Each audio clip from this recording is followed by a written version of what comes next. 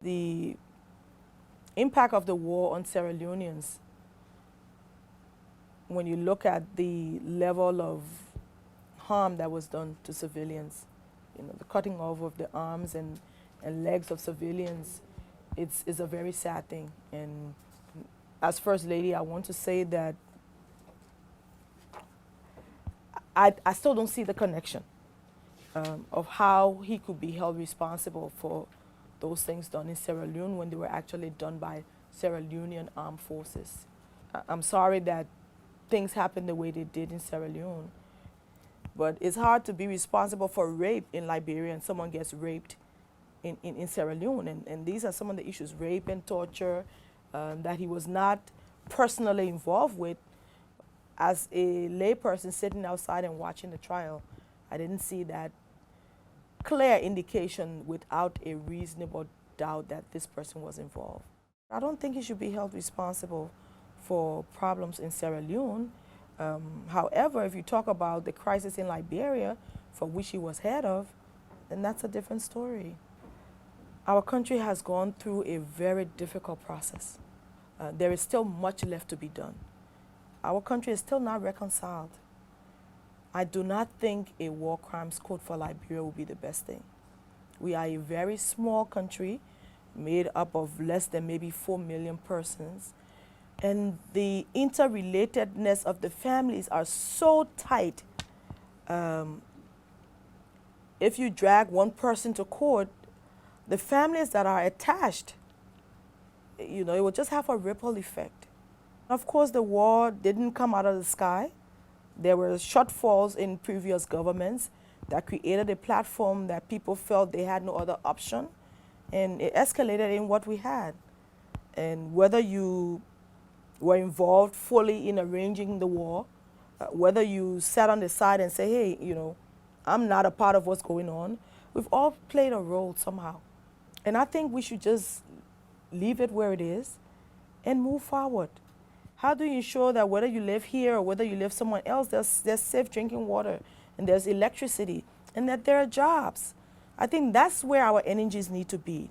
It can no longer be about the past. I would hate to see a war crimes code brought to Liberia. It will not reconcile us. It will not bring back the past. It will not pay for the destruction of our nation. And it will definitely not put back the fabric of our country that has been destroyed as a result. There are different aspects to all of us. And so when you ask the question, who is Charles Taylor? I guess we must look at it in the different aspects. If you look at him as a father, he loved his children, he wanted the best, and he had a good relationship with them. So you can imagine how distraught they feel. He became the focal point of the Taylor family. He took care of everyone. So we all miss him at different levels in the family. But then people on the other side could say, well, there are plenty of families in Sierra Leone where the fathers and the mothers have been killed as a result of the war. There are families here in Liberia who've lost entire members of their families. And there's no way we can bring it back. As an elder statesman, president of a nation, you will find out that the different segments of our population had a personal relationship with him. So I think he's someone who is loved by the people because of the way he interacted with them. I think he's still very popular in Liberia. The experience wasn't an easy one. I mean, even from the early stages of the war, coming into Liberia and fighting your way and finally becoming president and saying, okay, now I have a chance, only to be disenfranchised and ending up where he is. I think if he's given a chance to come home, that he will spend the rest of his time getting to know his children and his grandchildren, and just living a life of peace and maybe being the elder statesman. When people talk about the person with the greatest responsibility, for example, who are those people? I think soldiers and civilians who got caught up in the war didn't have a choice. There are no arm factories on the African continent. Who raised the arms? Who provided the funding that began this process?